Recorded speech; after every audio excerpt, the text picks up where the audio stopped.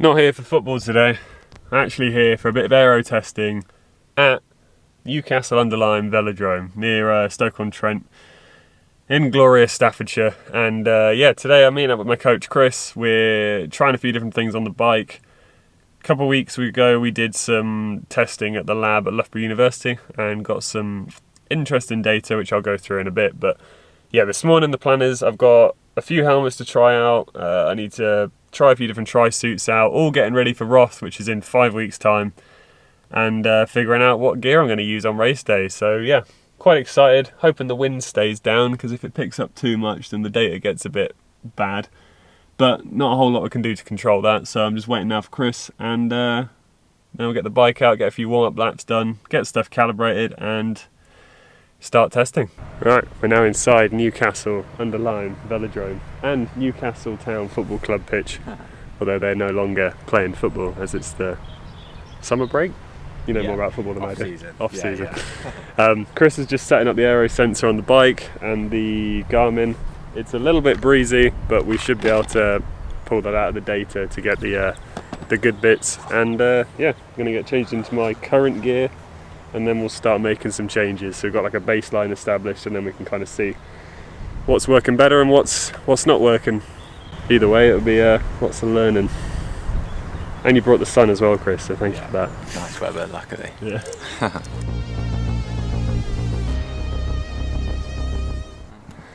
Alright, first few laps done on the warm-up.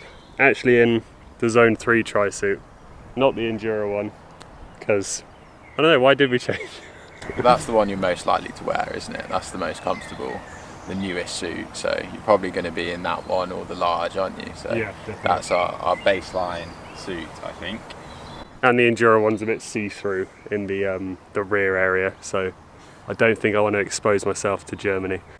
So I think we just try them all. Usually the feedback is versus more traditional time trial helmets is the newer ones are more comfortable, better ventilated, and often quicker, as in more aerodynamic as well. So it'd be interesting to see if that's the case for you or not. You need to make sure that you're comfortable and you can actually see where you're going. Yeah, for sure. All right, give this one a go.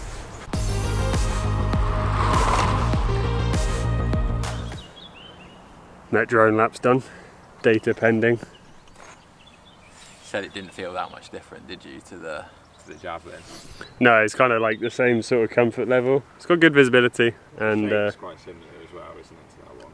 Yeah, it's kind of a similar helmet. So if there's any gains aerodynamically, then that'll be a reason to go for it. If not, then it's kind of neither here nor there really. So see what the numbers say.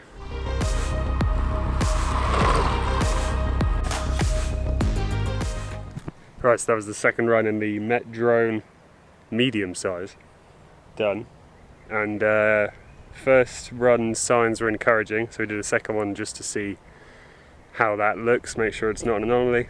So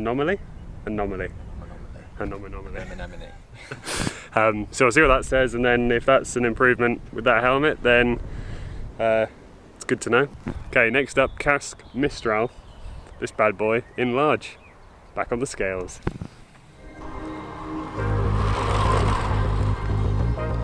This is run number 2 with the Mistral in the large. First result is pretty much exactly the same as the Met Drone, but this helmet feels a lot nicer. I know the price tag is almost double as well of the Met Drone, so that kind of makes sense. But yeah, we're going to give it another run, make sure it's adding up, and then on to the next one.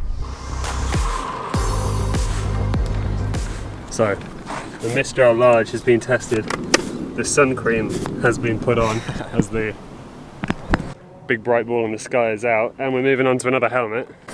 This one, Kodachronka? Kodachronka. Bit of a strange name for a helmet. A similar profile to the Met Drone, but a slightly newer one with a slightly shorter tail. It's got this cool magnetic clip. It's quite cool. None of the others have that. Fast in T1. That's where an Ironman's won or lost, isn't it? Every second counts. Every second does count. So yeah, we'll give this one a go and see what we're getting. But the Mistral tested exactly the same as the drone, so those two are much better than the baseline of the Javelin that I brought with me. Stars and Stripes will be going, but what it's being replaced with, not quite sure yet. So we'll give this one a go, get a few more laps in.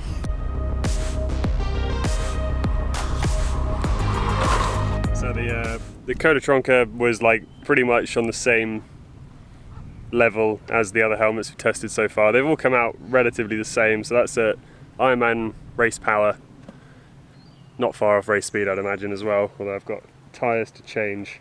It was ranging from like low 40k an hour to 41k an hour, depending on what power, and like the power was within 5 watts the whole way through, like 275 to 280, so bang on what we wanted for the first part. Nice. So we're going to give this POC one go, and then after that maybe try increasing the speeds a bit so we get some relevant data for 70.3s and also something to throw into the mix of the Ironman as well. So give the POC one a go. And then, yeah, a few faster speeds, which means harder pedalling. Joy.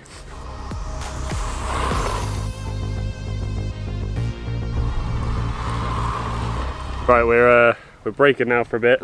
Just done 2 runs in this. Pretty negligible differences versus everything else we've tested. And yeah, we're going to ramp the power up a little bit now, ramp the speed up, see if any of the helmets respond differently at the slightly higher speed. And that gives us a bit more information to work with for sort of race planning, doesn't it? Definitely, yeah. Yeah, the Temple, the Kodachronka and the Mistrat all seem to perform really similar. All quite comfortable, good visibility, so they're all good candidates. So we're just going to see slightly higher speed and power, what that does. I guess the consequences could be, if you're putting in slightly more power, you can hold that, and you're more aerodynamic. There could be really good outcomes in the race if we do go for that. So cool. We'll see. And do you want to get a thumbnail photo of me wearing this helmet? Yes. Yeah. Right then, that's the slightly faster run done in this helmet. On to the next one.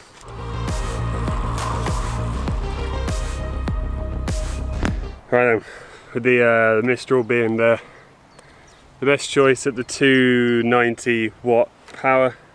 Gave it another go at 300, just over.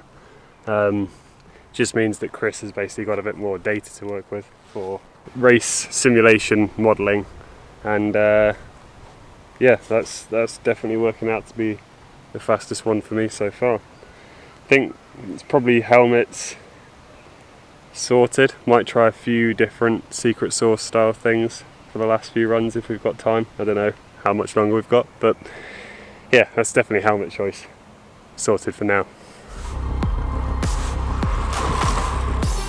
Alright, there we go, all done. Tested without the calf guards just to see if that made a difference at all. Still pending on that. I'll update you later. But that's the velodrome session done. Basically we tested a whole load of helmets at different speeds around what I'm planning on racing at. I'll go into why I'm planning on racing that in the next video. I took a trip to the Loughborough Uni Sports Labs and we got a whole load of really interesting data, which has definitely influenced how I'm going to race. But yeah, Cask Mistral. Cheers Chris for putting a wicked day on. And yeah, that's pretty much the outcome of this video.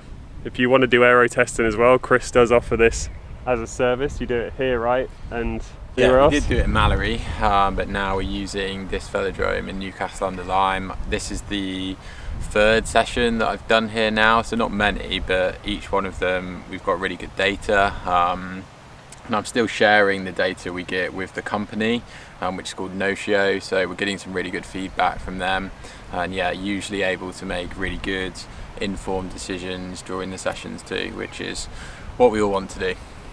Yeah, so that's Chris's details are in the description for this video, and quite happy to get that ticked off. I've got a few more weeks of training, Graphman coming up very soon, and it's only 5 weeks until the full iron distance Roth race. So yeah, next video I'll talk to you about pacing for that, and then there'll probably be a bit of training before Graphman, little Graphman video, and then the last bit into Roth really. But thanks for watching that, and I'll see you next time.